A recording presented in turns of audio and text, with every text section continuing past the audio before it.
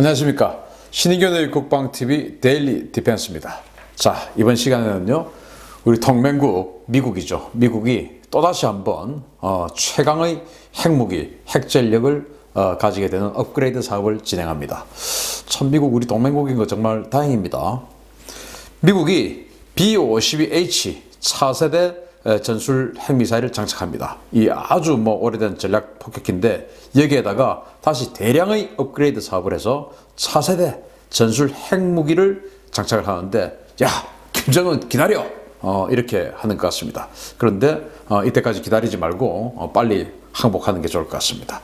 관련 소식 전해드리겠습니다. 자, 미국이 B-52H 또 한 번 성능 개량을 결정했습니다. 디펜스 블로그에서 4월 14일 보도한 내용을 알려드립니다. 미 공군이 보잉사와 B-1B 그리고 B-52H 폭격기의 무장 능력 강화를 위해서 140억 달러 규모의 성능 개량 사업 계약을 체결했으며 오는 2029년까지 완료될 이 사업을 통해 폭격기들의 공격 능력과 생존성이 향상될 것이다. 이렇게 이야기를 했는데요. 미 공군은 지금 3대 전략 폭격기를 가지고 있죠. B-1B, 그리고 B-2A, 그리고 B-52H 이런 이제 세 종류의 전략 폭격기들을 가지고 있는데 그 중에서 B-1B는 초음속, 스텔스는 아니지만 초음속 폭격기고요. 그리고 B-2는 스텔스 폭격기죠. 그리고 B-52H는 아주 폭장량이 많은 그런 이제 폭격기인데 이게 러시아와의 전략무기 감축 협정에 따라서 B-2 같은 경우는 스텔스 또는 스텔스이기 때문에 핵 미사일을 운용을 하지 못합니다. 핵 폭탄밖에 못하죠. 그리고 B-1B는 초음속 폭격기이기 때문에 러시아와의 협정에 의해서 핵무기를 운용하지 못합니다. 그러면 결국 핵 미사일을 운용할 수 있는 플랫폼은 B-52H밖에 없어요. 그래서 미국이 핵미사일을 운용할 수 있는, 공중발사 핵미사일을 운용할 수 있는 이 B-52H를 다시 한번 업그레이드 사업을 결정을 했고, 그리고 이제 제가 지난번에 알려드린 미국의 차세대 스텔스 폭격기죠. B-21, 이 B-21이 나오기 전까지 더 B-1B를 더 쓸 수 있게끔 또 B-1B까지도 개량을 한다라는 사업인데 예산이 무려 140억 달러예요. 그래서 B-1B 그리고 B-52H가 각각 한 70대 정도씩 있으니까 한 대당 한 1,000억 원 이상의 예산을 들여서 거의 한 15조 원 가량의 그런 돈을 투자해서 이 두 종류의 폭격기를 현대화해서 강력한 공격 능력을 유지하겠다. 그리고 그 이후에 B-21 그리고 2037 밤버 이렇게 이제 업그레이드 하겠다. 이런 계획을 가지고 있는 것 같아요. 자, 디펜스 블로그에서 또 다른 기사를 또 냈습니다. 자, 아래 기사인데요. 위 사업과 별개로 보잉사는 B-52H에 차세대 공중발사 핵미사일 LRSO를 통합하는 계약을 별도로 체결했으며 이 계약을 통해서 B-52H는 LRSO 탑재를 위한 내외부 무장 장착대 개조와 운용 소프트웨어 추가 등의 성능 개량 공사를 받게 될 것이다.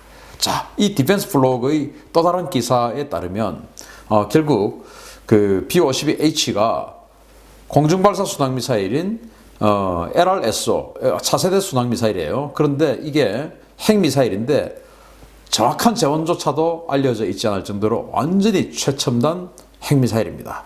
이 핵미사일을 운용할 수 있게끔 개량을 한다. 이 이야기입니다. 그 관련한 소식도 지금 바로 알려드리겠습니다. 자, 그러면 이 B-52H에 도대체 어떤 개량이 이루어지나 제가 한번 쭉 보겠습니다. 이 B-52 이륙하고 있는 모습인데요. 정말 멋지죠? 여기 일단 최신 미션 컴퓨터를 만듭니다. 컴퓨터가 지금 하루가 다르게 발전하고 있지 않습니까? 그래서 컴퓨터를 최신형으로 개량을 해서 아주 많은 정보를 한꺼번에 처리할 수 있도록 이렇게 개량을 하고요. 그리고 그런 능력과 더불어서 협동교전 능력, 즉 CEC 능력을 부여를 하는데 이 협동교전 능력이 뭐냐? 예를 들어서 B-52가 날아가다가 LRSO 같은 미사일을 발사를 합니다. 또는 제즘-ER 같은 미사일을 발사를 합니다.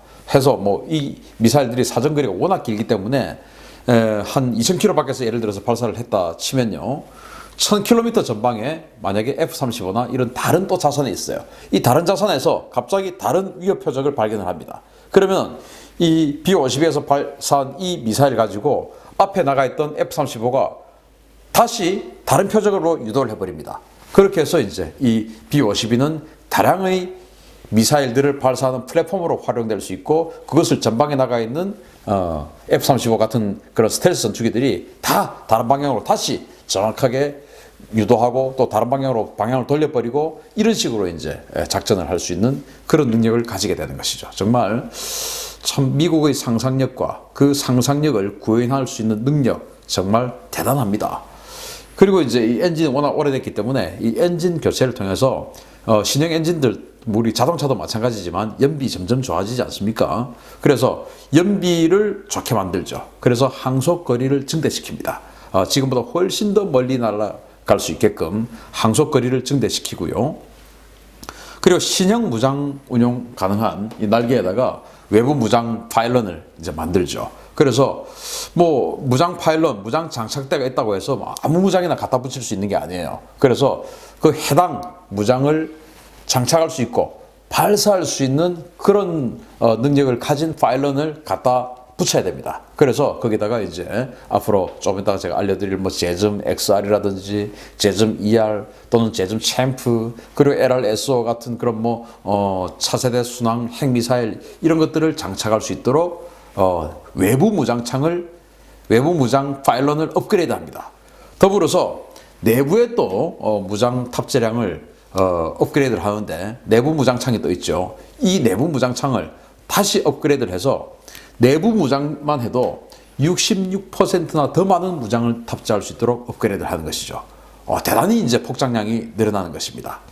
그리고 이제 워낙 덩치가 크다 보니까 적의 전투기에 걸리면 그냥 사실은 덩치 크고 또 기동력이 전투기에 비해서는 상당히 둔중하지 않습니까? 그러니까 적의 아주 싸구려 전투기라도 사실은 걸리면 가는 겁니다. 그래서 그런 싸구려 전투기 또는 적 전투기에게 발각되었을 때 생존할 수 있게끔 제밍시켜버릴 수 있는 이 전자전 제머, 이 제머를 아주 최신형으로 교체해서 독자적인 생존력을 업그레이드 시키는 것이죠. 물론 뭐 B-52가 가면 혼자 가는 것이 아니고 F-22 같은 그런 뭐 최첨단 제공 전투기가 엄호를 하겠지만, 그래도 혼자서 적의 미사일이나 적 전투기를 제밍할 수 있는 이런 제머까지 업그레이드를 해서 생존력을 향상시켜 줍니다. 미국이 이제 이렇게 강력하게 업그레이드되는 이 B-52를 한 70여 대 가지게 되니까 뭐 한미동맹 계속 튼튼하게 유지되면 우리가 사용하는 거나 마찬가지죠. 뭐 그렇게 될 수 있도록 기대해 봅니다. 자, 그래서 미국은 B-52를 미래에도 미국의 핵심 핵공격 투발 전력으로 쓰기로 했습니다. 자, 디펜스 블로그가 연이어서 보도를 합니다. 왜냐하면 B-52H는 적의 방공망을 뚫고 들어갈 수 없기 때문에, 스텔스가 아니기 때문에 방공망을 뚫고 들어갈 수가 없어요. 그렇기 때문에 LRSO가 없다면 이 기종은 오는 2027년으로 예정된 AGM-86 핵미사일의 퇴역과 더불어서 핵무기 운용 플랫폼으로서 임무를 중단해야 됩니다. 즉, 지금 현재 미국이 공중발사 핵미사일은 AGM-86이에요. 그런데 AGM-86은 2027년에 전부 퇴역하게 됩니다. 자, 그러면 아까 제가 미국의 폭격기들 중에서 말씀을 드렸죠. 핵폭탄이 아니고, 뭐 핵폭탄이야 뭐 F-16도 핵폭탄을 사용할 수 있지만, 핵미사일은 유일하게 B-52H만 운영할 수 있어요. 왜? 러시아와 그렇게 협정을 맺었으니까요. 그런데 2027년에 AGM-86이 퇴역을 해버리면 어떻게 됩니까? 이 B-52는 AGM-86이 없으니까 핵무기가 없어지는 거예요. 그런데 그 전에 LRSO를 개발을 하죠. 그런데 그때는 이미 B-21이나 2037 밤버 이런 차세대 스텔스 폭격기가 아직 전력화가 완전히 안 됐을 때입니다. 그러면 미국은 공중에서 장거리 핵미사일을 쏠 수 있는 핵무기가 없어지는 겁니다. 그러니까 B-21과 2037 밤버, 즉 2037년에 전력화될 2037 밤버, 이런 것들이 완전히 전력화되고 다량의 전력화가 이루어지기 전까지 과도기적 플랫폼이 필요한 거예요. 그래서 지금도 무려 7, 80년을 계속 개량해서 쓰고 있는 이 B-52를 더 개량해서 B-21과 2037 범버가 완전히 전력화, 다량 전력화될 때까지 과도기적 기체로 삼겠다. 이런 계획을 세우고 B-52 같은 아주 낡은 폭격기지만 여기에다가 다시 거금을 투자를 하는 것입니다. 핵폭격기를 계속적으로 가지고 있기 위해서입니다. 그래서 LRSO를 탑재하는 B-52H는 B-21 폭격기가 대량 생산되어 핵공격 임무를 온전하게 수행할 수 있을 때까지 상당 기간 동안 전력 공백을 막는 그런 과도기적 역할을 하게 될 것이다. 라고 디펜스 블로그가 보도를 했습니다. 자, 이렇게 해서 B-52가 이런 대규모 업그레이드를 결정하게 된 겁니다. 자, B-52H에 탑재될 차세대 핵미사일 LRSO 과연 뭘까요? 지금 이 사진은 사실은 LRSO가 아니고 미국이 개발하다가 그 전략무기 감축 협정에 따라서 전량 폐기하기로 안 하기로 했던 그 스텔스 순항 핵미사일인데요. 이게 바로 AGM-129라는 그런 순항 미사일이었어요. 핵미사일입니다. 그래서 뭐 사진을 일단 보여드려야 되겠길래 이 사진을 보여드렸는데 사실은 이건 LRSO는 아닙니다. 어떻게 생겼는지, 어떤 능력을 가질 것인지 이 사실은 뭐 정확하게 알려진 바는 없어요. 그러나 개략적으로 알려진 내용을 알려드리면 이 LRSO는 뭐냐? Long Range Stand Off 미사일입니다. 그러니까 아주 먼 거리에서 장거리 정밀 타격을 하는 그런 미사일이다. 이것의 약자고요. 오는 2030년대 이후에 운용하기 위해 개발되고 있는 차세대 공중발사 핵순항미사일입니다. 2500km 수준의 사정거리고요. 200킬로톤급의 핵탄두 탑재 능력이 있는 것으로 알려져 있으나 구체적인 성능과 재원은 모두 비공개입니다. 자, 200킬로톤이라고 합니다. 200킬로톤, 히로시마 원자폭탄의 한 12배 정도 되는 그런 능력이죠. 히로시마 핵폭탄이 바로 15에서 16킬로톤 정도 되니까 한 12발 또는 14발이 한 번에 터지는 그런 정도의 강력한 폭발력이 바로 200킬로톤이고, 그리고 사정거리가 2500km 수준이니까 중국의 외곽, 그리고 예를 들어서 동중국해에서 발사를 한다고 하면은 중국 내륙에 있는 중국의 ICBM 기지, 뚱펑 31, 뚱펑 41 기지들 다 타격할 수 있는 그런 능력을 가지게 됩니다. 당연히 오키나와 또는 일본 상공 이런 데서 쏘면 북한 전역이 타격권에 들어가게 되죠. 이걸 이제 탑재하기 위해서 B-52가 거금을 들여서 업그레이드를 하는 겁니다. 자, 이렇게 해서 B-52는 플랫폼은 낡아도 펀치력은 최강이 됩니다. 그리고 이 제즘 시리즈를 탑재를 하기 때문에 여전히 굉장히 강력한 재래식 공격 능력까지도 가지게 됩니다. 이 제즘 시리즈 제가 한번 간단하게 소개를 해드립니다. 제즘 그러면 지금 한 370km 정도 날아가는 그런 미사일인데 이게 이제 ER 버전, 즉 사거리 연장 버전으로 개량이 되죠. 그렇게 해서 사거리가 무려 900km까지 늘어납니다. 당연히 스텔스 설계니까 적의 레이더에 잘 걸리지 않죠. 적의 레이더에 잘 걸리지 않으면서 사정거리가 900km 이상. 그러니까 B-52는 나타났다 하더라도 B-52가 나타나면 언제 어디에서 북한 입장에서 900km니까 동해상공에 B-52가 나타나면 북한 전역, 평양, 신의주, 삼지연, 백두산 아래의 삼지연, 그리고 함경북도 청진 이런 모든 전역이 타격권에 들어가니까 동해에 B-52 나타났다. 그러면 전부 다 지하로 숨어야죠. 미국과 사이가 안 좋을 때는. 미국이 코피 한번 터뜨려 볼까? 라고 하는 그 시기에는 숨어야죠. 바로 제즘 ER 때문에 그렇습니다. 그 다음에 제즘 챔프가 있습니다. 이 챔프는 뭐냐? EMP 공격을 하는 겁니다. EMP. 핵폭탄이 아니면서도 EMP 공격을 하는 거예요. 그래서 사정거리가 한 900km 되기 때문에 900km를 우리 여객기가 날아가려면 어떻게 해야 됩니까? 1시간 이상 날아가야 900km를 날아갈 수 있는 능력이 되죠. 그러니까 이 챔프를 쏘게 되면은 한 1시간 이상 계속 해당 지역 상공을 순회를 하면서 스텔스니까 레이더에는 안 보여요. 그러니까 1시간 이상 평양 갔다가 신의주 갔다가 계속 돌아다니면서 EMP 공격을 하는 거예요. EMP 공격. 평양의 어떤 발전소, 어디, 변전소, 레이더 기지 이런 데를 계속 EMP 공격을 해서 EMP 공격이 뭐냐? 전자기기를 다운시켜버리는 겁니다. 먹통을 만드는, 전기가 통하지 않게 만들어 버리는 거예요. 그런 식으로 공격해서 평양을 원시 시대로 만들어 버릴 수 있습니다. 그리고 뭔가 원하는 어떤 일들을 벌일 수가 있죠. 그런 능력을 가진 게 제점 챔프인데 이걸 또 이제 B-52가 탑재를 하게 됩니다. 정말 무서운 거죠. 제점 XR은 제가 따로 이 동영상을 만들어서 정말 이 끝판왕이다. 그 장거리 정밀 미사일의 끝판왕이다. 이래가지고 제가 한번 보여드렸던 적이 있는데 한번 검색 한번 해보십시오. 이건 이제 인공지능이에요. 자기네들끼리 서로 미사일 날아가면서 야, 너는 왼쪽으로 돌아가. 난 오른쪽으로 갈게. 얘는 이 동굴은 지금 이렇게 들어가는 게 효과적이야. 그리고 저 레이더 기지는 왼쪽이 치명적이야. 그러니까 너는 왼쪽으로 돌아가고 나는 오른쪽으로 페이크를 찍게. 뭐 이런 식으로까지 의논을 해가면서 날아갈 수 있는 그런 인공지능 탑재 그런 미사일이고 협동 교정 능력. 그리고 협동 교정 능력이니까 B-52에서 발사하고 멀리 날아가 있는 F-35에서 다시 지령 유도를 해가지고 다른 명령을 내려버리고 이런 것까지 다 할 수 있는 이런 능력을 가진 게 제점 XR입니다. 비록 B-52는 7, 80년 된 구닥다리지만 이런 최첨단 미사일들을 탑재할 수 있기 때문에 동해상공에 나타났다?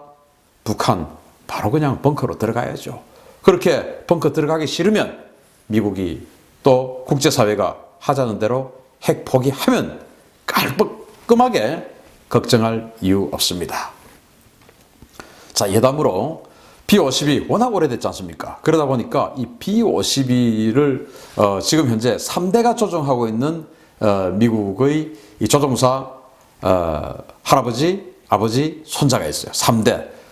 할아버지는요, 스프레이그 웰시라고 하는 예비역 대령인데 이분은 박스데일 공군기지에서 B-52 폭격기의 핵공격 임무를 수행하는 그런 대기 임무를 쭉 했었습니다. 그리고 그의 아버지 돈 웰시 예비역 대령은 B-52 폭격기를 가지고 월남전 때 통킹만 폭격을 했던 장본인입니다. 그리고 이 돈 웰시의 아들, 즉 스프레이그 웰시의 손자인 데이비드 웰시 소령, 현역 소령이에요. 이 사람은 현재 B-52H의 폭격기 조종사입니다. 자, 그런데 제가 제목에 4대가 조종하는 폭격기가 될까라는 겁니다. 바로 이 데이비드 웰시 소령의 아들이 지금 한 10살 정도 된다요. 초등학교 다니고 있다고 하는데 이 친구가 공군 조종사가 되는 게 꿈이랍니다. 그러면은 혹시 지금 B-52를 계속 업그레이드를 해서 한 2050년 정도까지 운영을 할 계획이라고 하니까 2050년 되면 지금 그 손자의 아들이니까 증손자, 그 친구가 한 40살 정도 됩니다. 그러니까 한 20대 후반부터 B-52 조종사가 될 수 있죠. 그러니까 이 증조 할아버지가 살아계실 때 만약에 그 손자가 한 중위 대위로서 이 B-52 조종사가 되면 이 사진에 공군 조종사 B-52 조종사 한 명 더 생기는 겁니다. 돌아가신다 하더라도 4대가 B-52를 조정하게 되는데 그게 무슨 의미냐? 그만큼 B-52라는 플랫폼을 잘 만들어서 무려 100년 동안이나 미국의 최첨단, 최전선에 나서는 그런 재래식 공격 그리고 핵 공격의 최전선에서 활약하는 그런 엄청난 능력을 또 임무를 가지게 되는 그런 폭격기다. 그래서 플랫폼 하나 잘 만들면 정말 마르고 닳도록 쓸 수 있다. 그래서 우리도 자꾸 축소지향적인 그런 플랫폼 만들 게 아니라 B-52처럼 일단 만들 때 덩치 크게 만들어야 업그레이드를 자꾸 할 수가 있습니다. 확장성 있죠. 정말 미국이 B-52 한 70여 대 가지고 있는데 2050년까지 핵미사일, 스텔스 미사일, AI 미사일 이런 거를 활용하면서 동해에서 남해에서 북한을 그리고 중국을 제압할 수 있는 그런 능력을 가지게 될 겁니다. 뭐 우리 편이라는 게 다행입니다. 오늘 이런 군사무기 단신 알려드립니다. 감사합니다.